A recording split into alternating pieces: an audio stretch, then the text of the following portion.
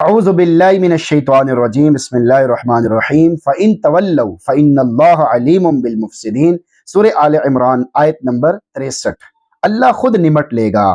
فَإِن تَوَلَّوْا، پھر بھی اگر یہ لوگ منہ موڑیں، فَإِنَّ اللَّهَ، تو بے شک اللہ عَلِيمٌ بِالْمُفْسِدِينَ، مفسدوں کو اچھی طرح جانتا ہے۔ یعنی اے اللہ کے حبیب صلی اللہ علیہ وسلم، اگر یہ لوگ دلائل کے بعد بھی آپ کا اتباع نہ کریں اور نہ ہی مباہلے پر آمادہ ہوں، تو سمجھ لو کہ ان کو حق قبول کرنا مقصود ہی نہیں ہے، نہ دل میں اپنے عقائد کی صداقت پر یقین ہے، صرف فتنہ فساد پھیلانا ہی پیش نظر ہے۔ تو اچھی طرح سمجھ لیں کہ سب مفسدین اللہ کی نظر میں ہے، اللہ رب العزت انہیں عذاب دیے بغیر نہیں چھوڑے گا۔ آیت کا میسج آپ کے نام، انہیں یاد رکھنا چاہیے، جو لوگ شر، فساد، معاصی، گناہ کے ذریعے زمین میں فساد پھیلاتے ہیں، انہیں یاد رکھنا چاہیے کہ اللہ تعالیٰ ان کی کرتوتوں سے بے خبر نہیں ہے۔ جب وہ بدلہ لینے پہ آئے گا تو اس کی پکڑ سے کوئی بھی نہیں چھڑا سکے گا۔ اللہ تعالیٰ کی پکڑ کے بہت سے واقعات پہلی امتوں کے ساتھ بھی ہو چکے ہیں، اس لیے تمام انسانوں کے لیے ضروری ہے کہ ہر طرح کے فتنہ فساد سے دور رہیں۔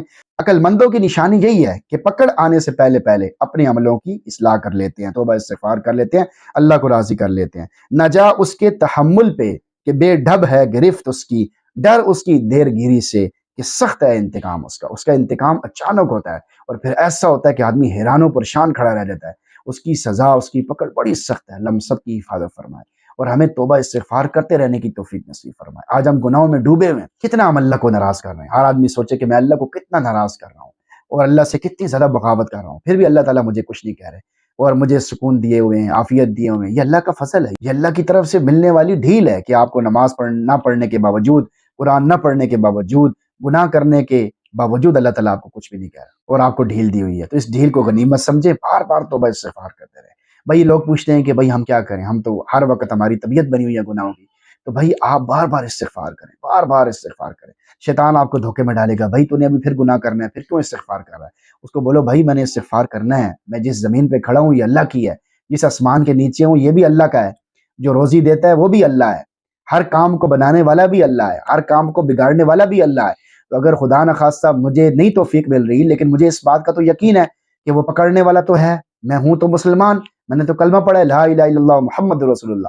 تو بار بار توبہ استغفار کرتے رہیں، انشاءاللہ یہ توبہ استغفار کرنا آپ کو گناہوں سے بالکل دور کر دے گا۔ بس شرط یہ ہے کہ آپ مستقل طور پر استغفار کرتے رہیں، اللہ سے معافی مانگتے رہیں، اللہ سے ڈرتے رہیں، بار بار اللہ سے معافی مانگتے رہیں۔ اگر گناہوں میں ڈوبے ہوئے ہیں پھر بھی اللہ سے معافی مانگتے رہیں۔ شیطان اور نفس بڑا آپ کے دل میں ڈالیں گے کہ بھائی تیری توبہ قبول نہیں، تیرے استغفار کا فائدہ نہیں، تجھے کوئی فائدہ نہیں ہوگا استغفار کا۔ وہ بے شک کہتے رہیں، آپ اپنا کام کرتے رہیں۔ صبح توبہ ہے، شام توبہ ہے، میرے لب پہ دوام توبہ ہے، با اثر ہے یا بے اثر ہے یہ تو جان، اپنے کرنے کا کام توبہ ہے، میرے کرنے کا کام توبہ ہے، بس میں وہ کروں گا۔ باقی مجھے اس بات کا نہیں پتا یہ با اثر ہے یا بے اثر ہے، اس تحقیق میں آپ نہ پڑھیں، بس اللہ سے معافی مانگتے رہیں، مانگتے رہیں۔ اللہ تعالیٰ ہم سب کو توفیق نصیب فرمائے اور ہم سب کو قرآن پڑھنے، سننے، سمجھنے کی بھی توفیق نصیب فرمائے۔ آمین۔